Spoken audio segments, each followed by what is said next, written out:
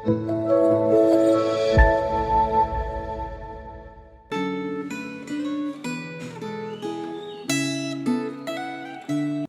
sejahtera buat saudara sekalian.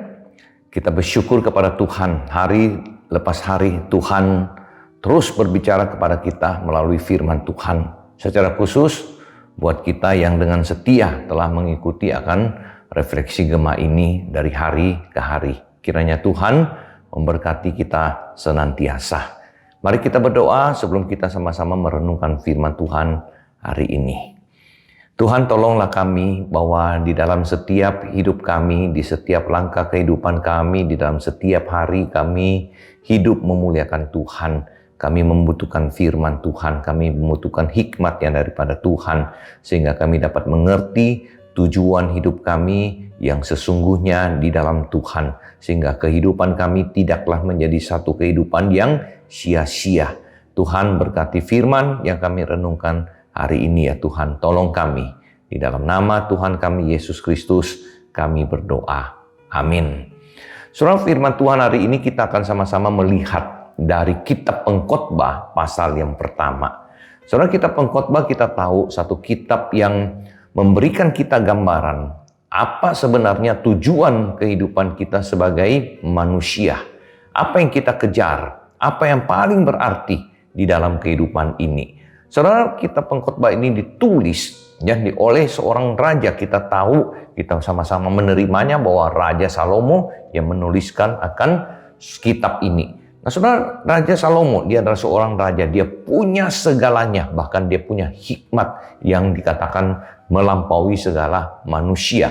Namun di dalam kitab Pengkhotbah ini kita akan melihat sama-sama bagaimana pada akhirnya, saudara, di dalam pengamatan daripada Salomo, dia katakan, saudara ya, di sini bahwa segalanya sia-sia. Di dalam pasal yang pertama ayat 2 dan 3 saya bacakan firman Tuhan. Kesia-siaan belaka, kata Pengkhotbah. Kesia-siaan belaka, segala sesuatu adalah sia-sia. Apakah gunanya manusia berusaha dengan jerih payah di bawah matahari? Saudara, memang di dalam pencarian daripada makna hidup ini, di awal ini, saudara, penulis Pengkhotbah ini, Salomo, menuliskan hal ini. Tapi untuk mengerti seluruh akan kesimpulannya, kita harus mengikuti kitab ini sampai di akhir daripada kitab ini, baru kita dapat mengerti apa sih yang menjadi kesimpulan daripada Salomo, saudara ya, penulis kitab Pengkhotbah ini. Namun di awalnya, saudara, di dalam awal dia mencari apa sebenarnya makna hidup ini. Di dalam segala kelimpahan yang dia miliki, dia mengatakan semuanya sia-sia. Semuanya sia-sia apa yang saya miliki. Bahkan saudara, dia melihat segala perbuatan, dia mengamati apa yang dilakukan orang. Bagaimana kehidupan orang, baik yang kaya maupun yang punya jabatan, kemudian orang yang biasa-biasa saja. Dan pada akhirnya, saudara, dia mengatakan di dalam ayat yang ke-14, aku telah melihat segala perbuatan yang dilakukan orang di bawah matahari. Tetapi lihatlah, segala sesuatu adalah kesia-siaan dan usaha menjaring angin. Sia-sia. Saudara tahu, menjaring angin, kita tidak pernah bisa menangkap angin menggunakan jaring daripada untuk menjaring ikan, saudara ya. Tidak ada hasilnya. Jadi seluruh kehidupan ini menjadi sia-sia. Saudara, apakah betul ketika kita bekerja, kita mendapatkan gaji, kita berusaha, kita mendapatkan keuntungan, kita punya harta benda, kita punya mobil, kita punya rumah, apakah itu semuanya sia-sia? Apa sebenarnya makna daripada tulisan ini, saudara? Ya, nah, saudara, kita harus mengerti. Di sini kalau kita melihat di dalam ayat yang ke-14 ada satu terminologi yang harus saudara perhatikan sepanjang akan kitab Pengkhotbah ini, yaitu di bawah matahari. Di bawah matahari, saudara ya. Artinya apa, saudara? Dunia orang Ibrani pada saat itu, saudara, mempunyai pengertian ya, Tuhan itu di atas, di bawah itu adalah dunia ini. Oleh sebab itu jika dia katakan bahwa di bawah matahari, artinya segala sesuatu di luar Tuhan itu menjadi sia-sia. Saudara, ketika kita bekerja, kita hidup, kita mungkin mencapai kesuksesan, tetapi jika semuanya itu tidak memuliakan Tuhan, kita hidup tidak sesuai dengan rencana-rencana Tuhan di dalam kehendak Tuhan dan menyenangkan hati Tuhan, maka segala itu menjadi sia-sia.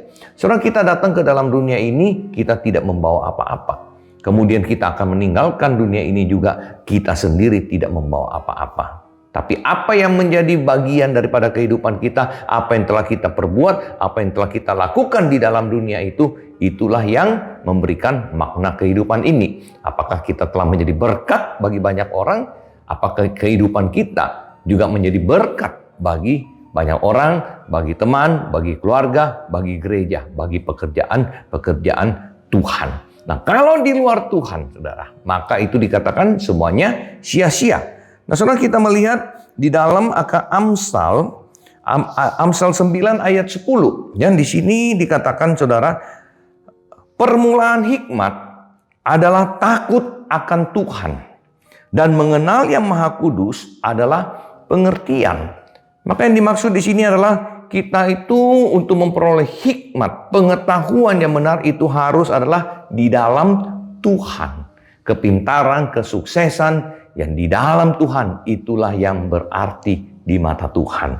Saudara, kemudian Paulus di dalam 1 Korintus pasal 15 ayat yang ke-58 mengingatkan kita, saudara. Ya, dia tulis di situ, karena itu saudara-saudaraku yang kekasih, berdirilah teguh, jangan goyah, dan giatlah selalu dalam pekerjaan Tuhan. Sebab kamu tahu bahwa dalam persekutuan dengan Tuhan jeripayamu tidak sia-sia.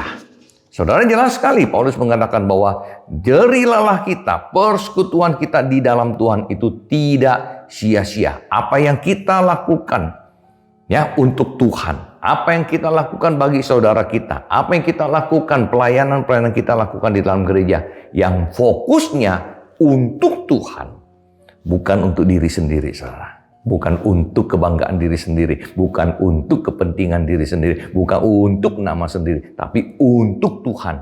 Itu tidak ada yang sia-sia. Satu hari kelak, saudara, kita semuanya akan meninggalkan dunia ini. Kita akan berjumpa dengan pencipta kita, juru selamat kita.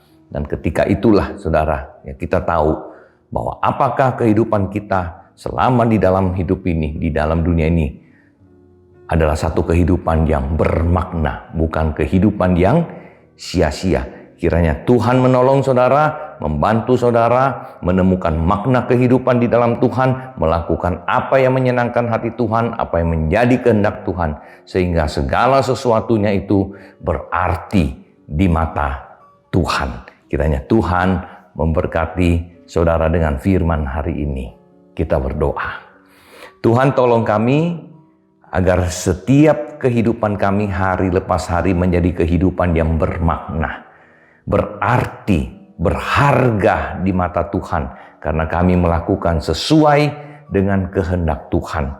Apalah artinya kami memiliki seluruh dunia ini, harta kekayaan di dalamnya, tetapi jika itu semuanya di luar Tuhan dan tidak menjadi berkat bagi pekerjaan-pekerjaan Tuhan. Tuhan, terima kasih, dengar doa kami. Dalam nama Tuhan kami, Yesus Kristus, penebus juru selamat kami berdoa. Amin. Tuhan berkati saudara sekalian.